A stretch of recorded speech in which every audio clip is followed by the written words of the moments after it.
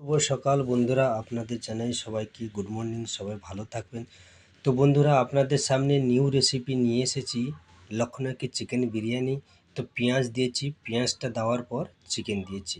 তো চিকেনটি একটু খানিকক্ষণ হওয়ার পর এর মধ্যে আমি গোটা গরম মশলা দেবো, সব রকমের না, শুধু লং আর এলাইচি, ছোট এলাইচি, লং আর এলাইচি সাবুত দেবো। তো বন্ধুরা, আপনারা একটু ভিডিওটা মন দিয়ে দেখবেন, খুবই সুন্দর টেস্টি বিরিয়ানি। আমি কাল বলেছিলাম আজকে নিয়ে আসবো রেসিপিটা, তো পুরো রেসিপিটা নিয়ে এসেছি। এর সাথে কি কি দিয়ে খাওয়া হয় সেটা আমি একটার পর একটা ভিডিও আমি নিয়ে আসবো।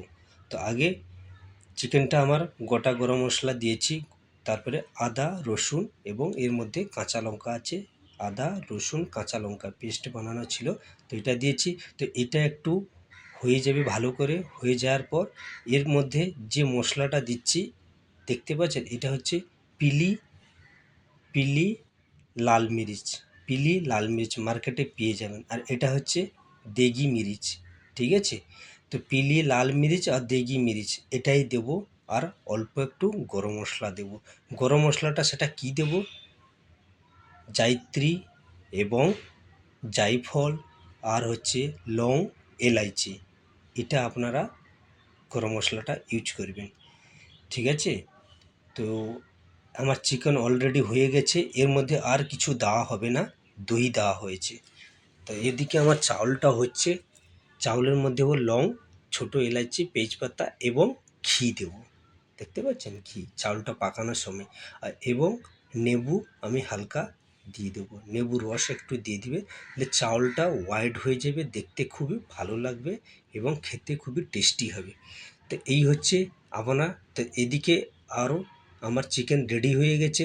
তো চিকেনের যে জুসটা, হালকা তেলটা আপনারা একটা কটোর মধ্যে নিয়ে নেবেন, জুস হালকা হালকা থাকবে কিন্তু উপরে শুধু তেলটা নিয়ে নেবে। তেলটা নেওয়ার পর এর মধ্যে আমি কি দিচ্ছি, ঘি দিচ্ছি, ঘিটা মিক্স করে নেবে ভালো করে। তারপর আমি এর মধ্যে গোলাপ জল দিচ্ছি এবং কেওড়া দিচ্ছি, এক ঢাকনের বেশি আপনারা গোলাপ জল দিবে এবং কেওড়া দিবে, দুটোই দিবে। কিন্তু কিন্তু এই বিরিয়ানিতে এত সুন্দর টেস্টি হবে, আপনারা ভিডিওটা একটু মন দিয়ে দেখবেন, দিলে বুঝতে পারে যাবে, আপনারা আপনারা বুঝতে পারবেন আর বাড়িতে বানাবেন, খুবই সুন্দর। এই হচ্ছে এর মধ্যে, আর বেশি উপরে ধনিয়া পাতা, পুদিনা আর কাঁচা লঙ্কা কোনো কিছু দেওয়া হবে না। আর হালকা একটু আমার দুধ ছিল, দুধের মধ্যে কেশর দেওয়া ছিল, কেশর দেওয়ার মধ্যে তো একটু খালি আমি কালার দিয়ে দিচ্ছি, তাহলে কী হয়, কালারটা একটু ভালো হয়ে যায়, ঠিক আছে। তো বিরিয়ানি কালারটা আমার বেশি ডিপ হবে না এবং লাইট হবে এবং মশলাও বেশি হবে না, কিন্তু খেতে খুবই টেস্টি হবে। এবার কড়াইয়ের মধ্যে আমি ঘিটা নিয়ে একটু হাত দিয়ে ভালো করে কড়াইতে দিয়ে দিচ্ছি। এবার আমি কি কি রাখছি, চিকেনটা আলাদাভাবে আছে, ঝোলটা আলাদাভাবে আছে, এবং যে জিনিসটা মাখানো হয়েছিল যেটা হচ্ছে চিকেনের তেল আর গোলাপ জল, কেওড়ার জল, সেটা একটা কটোর মধ্যে আছে, এবং কেশর দুধ সেটা আমার একটা কটোর মধ্যে আছে। তা আমি অল্প একটু চাল দিয়েছি, চাউলটা দেওয়ার পর এই যে চিকেন আলাদা করে একটা একটা পিস আমি চিকেন দিয়ে দিয়েছি চারদিকে। চারদিকে চিকেনটা দেওয়ার পর তারপর আমি কি করব, এর উপরে আবার চাউল দেব। চাউল দেওয়ার পর আমি এর উপরে যে চাউলটা দিচ্ছি, চাউলটা দেওয়ার পর আমি এর উপরে এবার কি করব, মশলাটা দেব, দেখতে পাচ্ছেন এটা গরম মশলা, গরম মশলা পাউডার, ঠিক আছে। তারপর গরম মশলা পাউডার দিচ্ছি, তারপর আমি এর মধ্যে আমি চিকেনের মশলা দেব, চারদিকে ছিটিয়ে দিবেন মশলাটা।